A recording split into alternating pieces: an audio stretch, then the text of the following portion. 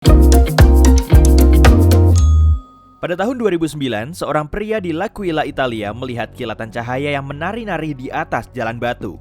Dia pun segera tahu apa yang harus dilakukan, lalu mengevakuasi keluarganya ke tempat yang lebih aman. Hanya beberapa detik kemudian, gempa bumi bermagnitudo 6,3 skala Richter menghantam seluruh wilayah itu. Kejeliannya dalam mengamati cahaya aneh ini telah menyelamatkan nyawanya serta keluarganya. Jadi peringatan misterius ini sebenarnya apa? Selama berabad-abad, banyak orang telah menafsirkan cahaya itu berasal dari dunia lain.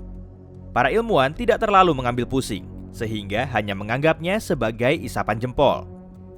Kemudian, fotografi ditemukan, dan bukti tentang cahaya gempa bumi semakin banyak bermunculan.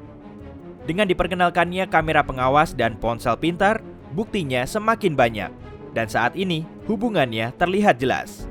Cahaya muncul, gempa bumi pun terjadi. Baru kemudian mereka mulai menganggapnya serius dan mulai mencari kebenarannya. Mereka menemukan catatan sejarah dari cahaya gempa bumi ini atau disingkat EQL, Earthquake Lights, dari abad ke-17. Ada juga laporan yang menyebutkan pelangi tipis muncul sebelum gempa bumi dahsyat di San Francisco dan terdapat cahaya sebelum gempa di Missouri pada tahun 1811. Bahkan setelah penelitian selama bertahun-tahun, para geolog masih belum benar-benar yakin dengan sumber cahaya itu, tapi mereka telah mengidentifikasi 5 jenisnya. Kilat benderang yang menerangi langit, tampak seperti badai petir atau flash kamera yang terang. Sinar di langit yang tampak seperti pilar cahaya. Api dalam berbagai ukuran yang muncul dari tanah. Cahaya yang tersebar di atas gunung. Bola-bola cahaya yang bergerak perlahan bisa saja dikira sebagai bola petir, karena juga termasuk fenomena yang kurang begitu dipahami. Bola cahaya ini bisa melayang-layang dan meledak, meninggalkan bau belerang, tapi tidak seperti bola petir. EQL berbentuk bola ini sepertinya tidak berbahaya. Para ahli belum bisa mengetahui kaitan antara semua jenis cahaya ini dengan gempa bumi, karena tidak hanya muncul sebelum gempa bumi. Beberapa di antaranya tercatat muncul selama dan setelah gempa bumi. Kemunculannya juga bersamaan dengan fenomena lain, seperti tabrakan meteorit, letusan gunung berapi, atau aurora. Sampai sekarang, para ilmuwan baru bisa berteori untuk menjelaskan fenomena yang belum dimengerti ini. Salah satunya menyatakan, cahaya itu merupakan arus listrik yang terputus selama gempa bumi. Tapi teori ini tidak menjelaskan proses pengamatan fenomena itu ratusan atau bahkan ribuan tahun silam. Seperti dongeng kuno dari negeri Tiongkok tentang awan mirip naga yang muncul di langit sebagai peringatan akan terjadinya gempa. Atau awal mulanya para sejarawan Romawi kuno melaporkan api besar yang menyala tepat sebelum terjadinya gempa bumi dahsyat.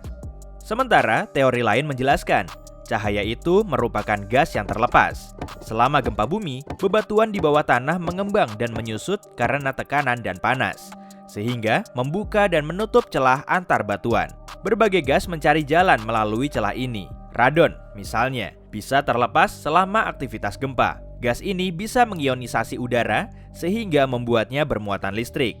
Tapi, radon tidak cukup mampu menghasilkan nyala api yang terang. Salah satu teori yang paling populer yaitu kemungkinan cahaya itu berasal dari listrik yang naik dari bawah tanah. Saat batuan beku di bawah tanah atau batuan dari magma yang berada jauh di perut bumi mengalami tekanan, terlepaslah oksigen yang bermuatan listrik. Gas ini bergerak di permukaan tanah, lalu naik ke atmosfer membentuk medan listrik lokal. Ini juga menjelaskan alasan kenapa hanya suatu wilayah yang tercatat mengalami kejadian tersebut. Cahaya gempa bumi telah teramati di Italia, Yunani, Prancis, Jerman, Tiongkok, dan sebagian Amerika Selatan. Area-area itu punya banyak area curam atau jurang. Batuan beku di dalamnya bisa perlahan bergerak naik menuju permukaan tanah. Batuan jenis ini juga lebih mudah menghasilkan muatan listrik. Dan saat mendekati permukaan tanah, muatannya dilepaskan, mengalir ke atas dan mengionisasi udara. Akibatnya, plasma di udara akan bermuatan listrik dan menghasilkan pemandangan langit yang indah. Batuan khusus itu serta kondisi yang tepat hanya teramati pada kurang dari 1% gempa bumi yang ada, sehingga sangat jarang terjadi. Untuk membuktikan teori ini, para ilmuwan mengisi bejana dengan campuran partikel kaca, tepung, dan cakram plastik, lalu mengamati putarannya saat diberi tekanan. Mirip dengan gerakan pasir, batu, dan material bawah tanah lainnya di zona gempa bumi. Mereka segera mendeteksi terbentuknya tegangan listrik saat bejananya terhalang. Mereka melakukan percobaan ulang di lab, tapi masih belum bisa menjelaskan penyebab fenomena ini.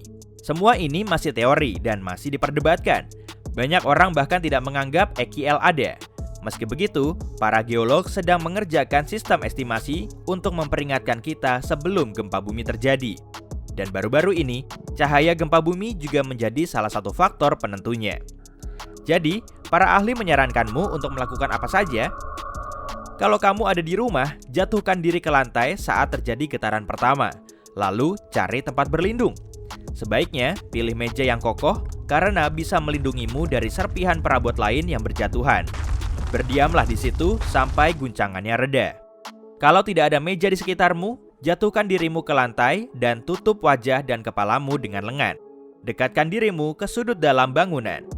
Jauhi kaca, jendela, dinding luar, atau perabot apa saja yang bisa menjatuhimu. Jangan berdiri di ambang pintu saat terjadi gempa bumi. Ini hanyalah mitos lama dan cuma berlaku kalau ambang pintunya berbahan logam yang bisa menahan beban berat. Kalau kamu sedang di tempat tidur saat terjadi gempa, jangan lari. Lindungi kepalamu dengan bantal. Lihatlah sekeliling kalau ada bahaya. Misalnya lampu gantung, lukisan, cermin, atau rak-rak di atas tempat tidur atau dinding di dekatnya.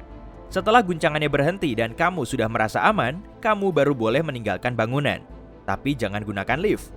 Pakailah tangga dan ikuti petunjuk petugas yang berwenang. Nah, kalau kamu berada di luar ruangan saat terjadi gempa bumi, tetaplah di tempat. Jauhkan diri dari lampu, tiang, bangunan, kabel-kabel, dan pepohonan. Tetaplah di situ sampai guncangannya berhenti. Kalau kamu berada dalam mobil, cari tempat terbuka untuk berhenti. Misalnya, tempat yang jauh dari bangunan, pepohonan, atau jembatan. Nyalakan radio lokal dan cari tahu jalan-jalan yang rusak kalau ada. Dalam skenario terburuk, semisal kamu terperangkap di dalam rumahmu di antara puing-puing, maka sebaiknya kamu tetap diam. Kalau kamu bergerak, debu akan terhambur sehingga akan mengganggu pernapasan. Tutupi mulutmu dengan sapu tangan atau sobekan baju.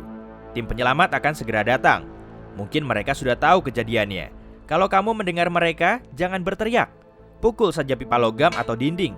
Dengan begitu, mereka akan lebih cepat menemukanmu dan kamu tak akan memboroskan suplai oksigenmu yang berharga itu. Ingat, tidak semua cahaya di langit merupakan cahaya gempa bumi. Tapi dengan memahaminya dan tetap waspada, akan membuatmu lebih siap menghadapi gempa bumi, sehingga nyawamu bisa terselamatkan. Hey, jika kamu belajar hal baru hari ini, klik tombol suka di video ini lalu bagikan pada teman-temanmu. Inilah beberapa video menarik lainnya yang bisa kamu tonton. Klik saja video di salah satu sisi layar, dan ingat, tetaplah di sisi terang kehidupan.